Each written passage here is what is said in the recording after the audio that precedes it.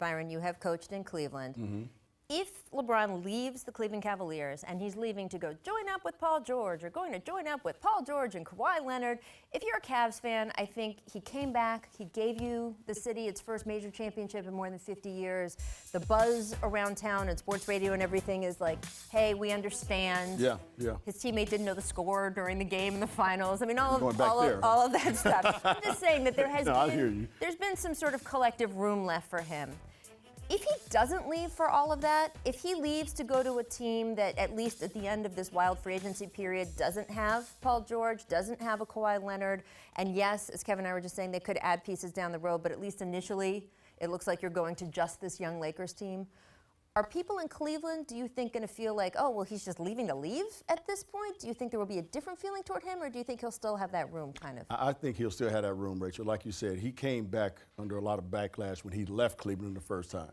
He comes back, he wins a championship for that city that hasn't been done in I don't know how many years now. So I think the people in Cleveland would be like, you know, we wish LeBron all the best, no matter what decision he makes. Even if no he's matter not where going he goes, to a roster where, because look, you could argue that the current Lakers roster is, there's an argument to be made. The current Lakers roster is at least on equal footing with the Cavs roster, but then you're getting into a more of a parsing discussion as opposed to, oh yeah, he's going to play with Kawhi and Paul. Let me throw the counter argument. I mean, one of the crimes of LeBron in 2010 is he was stacking the deck. He was going to, you know, team up with a bunch of other superior players and therefore make it easy on himself.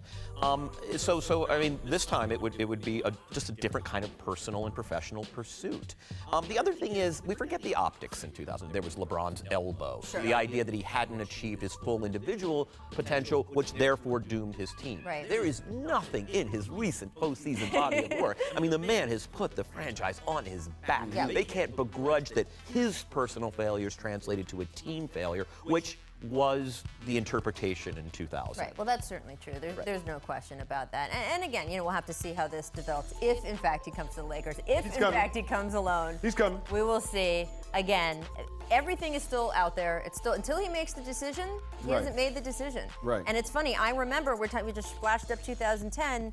Look, we knew as early as that morning, if you check ancient Twitter that was barely operational at that point. The hieroglyphics on the computer, right. There were already plenty of tweets, including from our Brian Windhorst in the morning, saying he was headed to Miami.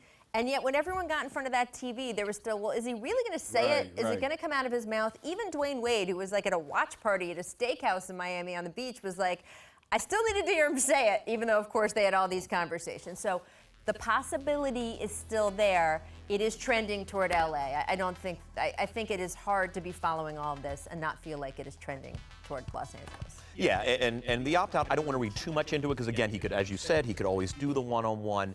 What it actually is interestingly done is it has given a little more leverage to the Lakers. I mean, before it was sort of, oh, we need to get Kawhi so that we can get LeBron, to the extent that it looks more probable that LeBron comes to Los Angeles. Okay, it takes a little of the pressure off the Lakers and maybe forces the Spurs more leverage in the Lakers-Spurs Kawhi sweepstakes.